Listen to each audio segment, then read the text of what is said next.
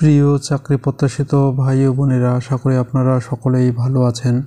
প্রিয় ভাই ও বোনেরা, আজকে আলোচনা করব বাংলাদেশ পুলিশ কনস্টেবল মাঠে যাওয়ার জন্য কী কী কাগজপত্র সাথে নিয়ে যেতে হবে সেই প্রসঙ্গে।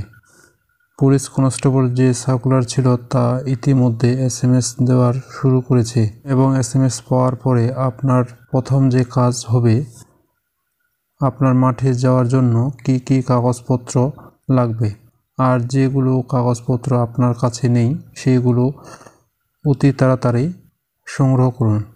তো চলুন জেনে নেওয়া যাক পুলিশ কনস্টেবল মাঠে যাওয়ার জন্য কী কী কাগজপত্র প্রয়োজন পড়বে। এখানে প্রথমে যে কাগজপত্র প্রয়োজন পড়বে, admit card for physical endurance test.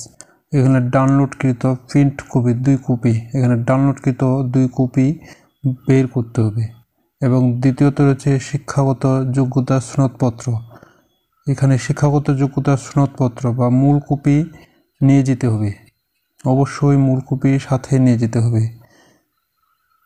3 নম্বরে রয়েছে চারিত্রিক সনদপত্র, সর্বশেষ শিক্ষা প্রতিষ্ঠানে প্রধান কর্তৃক প্রদত্ত চারিত্রিক সনদপত্র মূল কপি।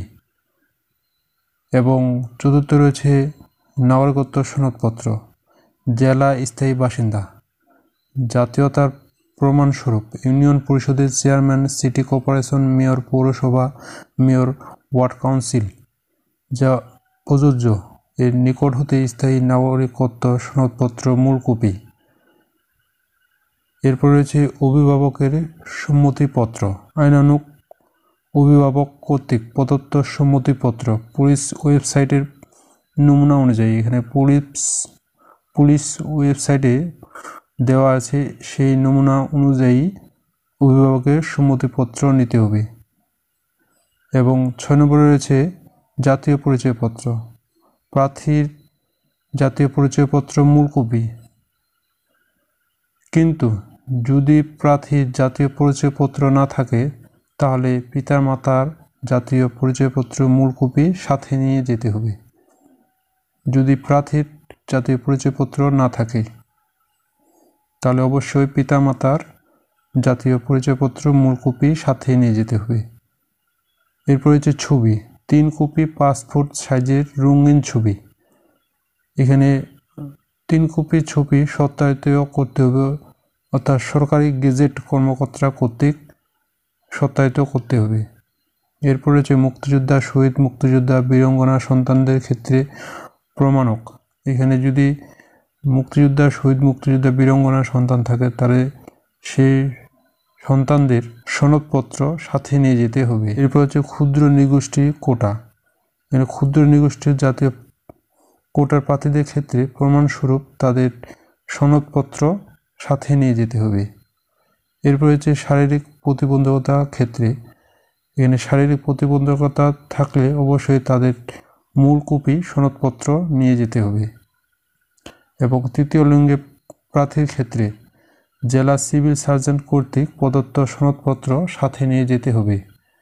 এবং চাকরিজীবী প্রার্থীর অনুমতিপত্র ক্ষেত্রে সরকারি, আধা সরকারি, স্বায়ত্তশাসিত সংস্থার চাকরিতে প্রার্থীর ক্ষেত্রে আবশ্যিকভাবে যথাযথ কর্তৃপক্ষের অনুমতিপত্র সাথে নিয়ে যেতে হবে।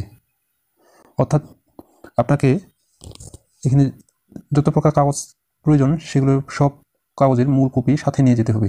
যদি আপনি কোনো একটা না নিয়ে যান তাহলে আপনার মাঠ থেকে বাদ পড়ার সম্ভাবনা বেশি থাকবে। অর্থাৎ আপনাকে সকল কাগজপত্রের মূল কপি সাথে নিয়ে যেতে হবে। তো বন্ধুরা, আশা করি আপনারা বুঝতে পেরেছেন। আর যদি আপনি বুঝতে না পারেন বাংলাদেশ পুলিশ কনস্টেবল এর নিয়োগের মাঠ কি কি কাগজপত্র প্রয়োজন পড়বে তাহলে আমাকে কমেন্টস করে জানাবেন। সো আজকে এই পর্যন্ত। সবাই ভালো থাকুন, সুস্থ থাকুন, জব এক্সাম টিভির সাথেই থাকুন।